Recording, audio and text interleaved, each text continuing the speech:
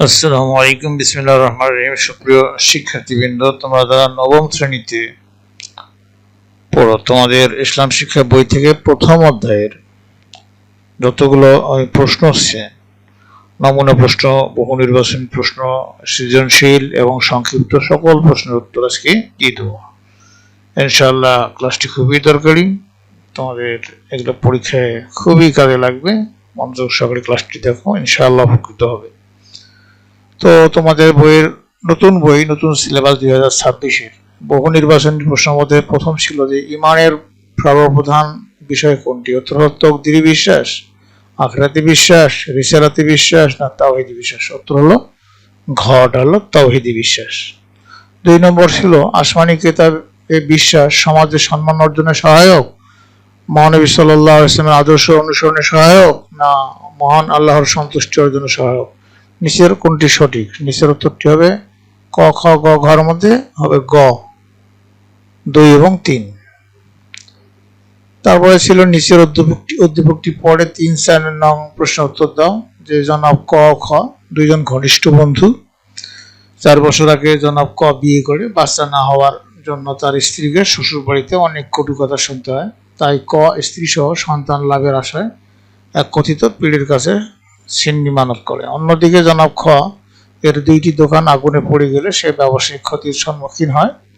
বিপদ থেকে রক্ষা পেতে ক তাকে 5 ওয়াক্ত নামাজ পড়ে আল্লাহর সাহায্য চাইতে বলেন। উত্তরে খ বলেন, ব্যবসার উন্নতির জন্য কারোর নিকট দোয়া বা সাহায্যের প্রয়োজন নেই, আমি নিজেই আমার ব্যবসা দাঁড় করাবো। তাহলে এখানে 3 নম্বর প্রশ্ন ছিল ক দাম্পতির কাজে কোন বিষয়টি ফুটে উঠছে? কুফর, শিরিক, নিফাক না ফিতনা? উত্তর হলো শিরিক, খ। 4 নম্বর হলো খ কর্মকাণ্ডে আকাইদের যে বিষয়টি প্রতিফলিত হয়েছে তার পরিণামে সে সমাজে অপমানিত হবে না সামাজিক অনাচার বৃদ্ধি পাবে না জাহান্নামের সর্বনিম্ন স্তরে থাকবে। নিচের কোনটি সঠিক উত্তর? ক, খ, গ, ঘর মধ্যে সঠিক উত্তরটি হবে ঘ।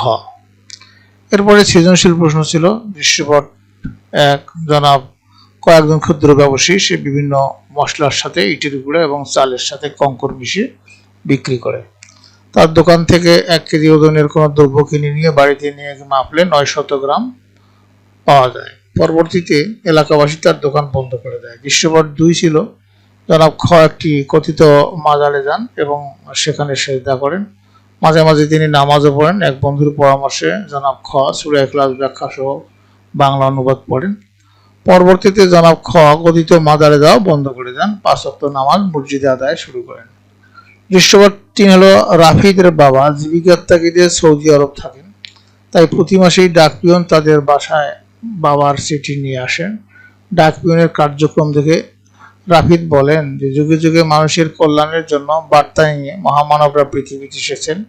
তারা মানুষকে সত্য ও সুন্দর জীবনের জন্য আহ্বান জানিয়েছেন।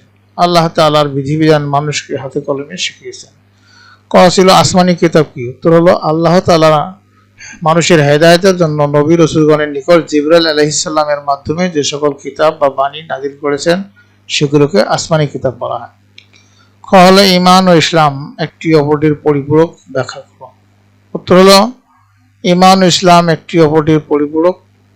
ঈমান হলো বিশ্বাস যা মানুষের অন্তরের বিষয়। পক্ষান্তরে ইসলাম হলো আনুগত্য বা আত্মসমর্পণ যা মূলত মানুষের বাহ্যিক কার্যাবলীর মাধ্যমে প্রকাশ পায়।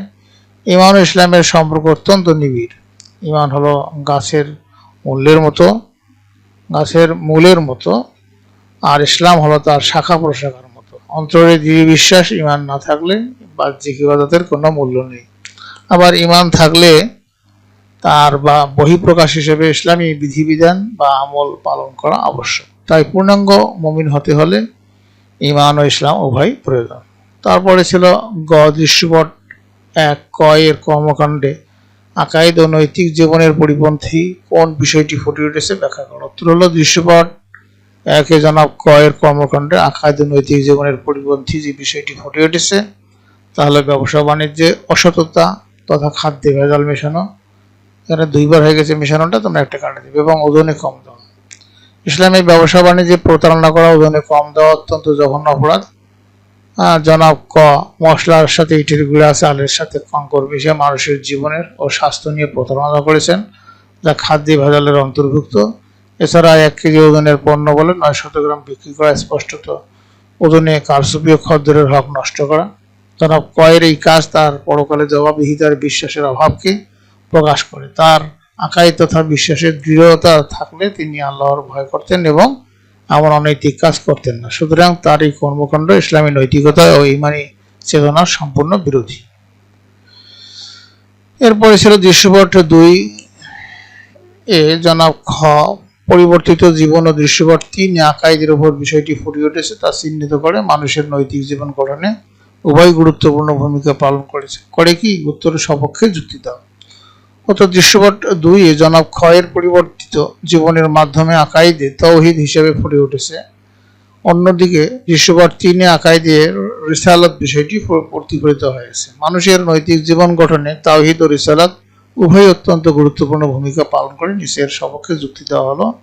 এক হলো তাওহীদের ভূমিকা। জনাব খ আগে মাজারে সিজদা করতেন, তার শিরকের অন্তর্ভুক্ত, কিন্তু সূরা ইখলাস শিক্ষা পাওয়ার পর তিনি এক আল্লাহর ইবাদতে মনোনিবেশ করেন।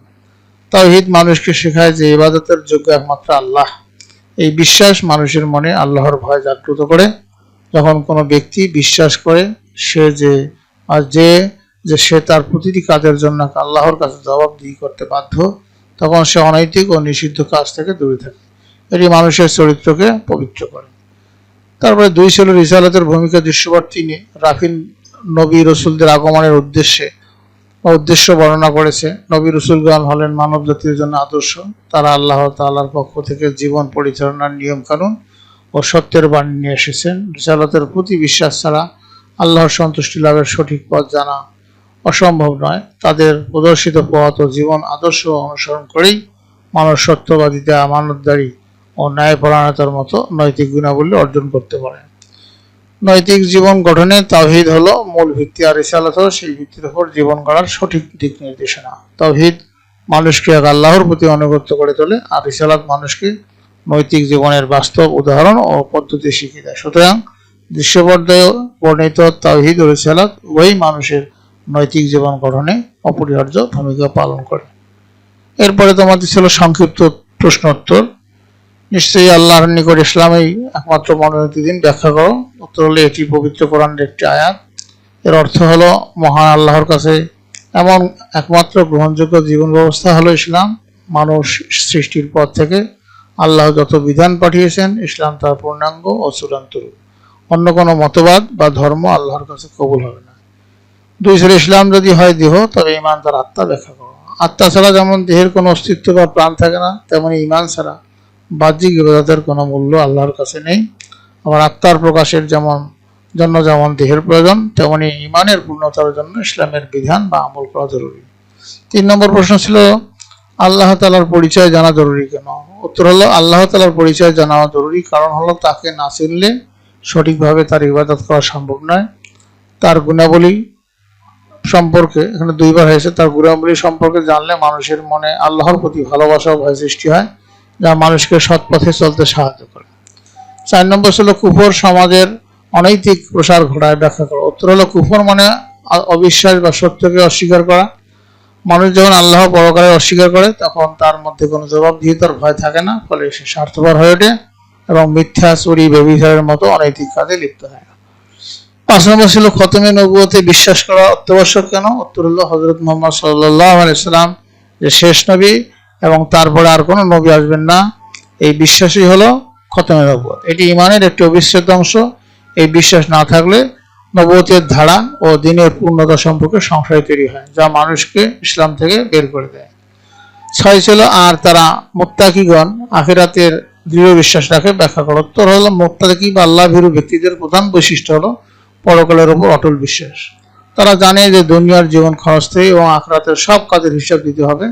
এই দৃঢ় বিশ্বাসের কারণেই তারা দুনিয়াতে লোভ লালসা বিসর্জন দিয়ে নেক কাজ করতে উদ্বুদ্ধ হয়। প্রিয় শিক্ষার্থীবৃন্দ, এই ছিল তোমাদের অনুশীলনের সমস্ত প্রশ্নের উত্তর। আশা করি এগুলো তোমাদের খুবই কাজে লাগবে। তো তোমাদের সার্বিক মঙ্গল সুস্বাস্থ্য কামনা করে এবং পরবর্তী ক্লাস দেখার আমন্ত্রণ নিয়ে আজকে এখানে বিদায় নিচ্ছি। খুদা হাফেজ।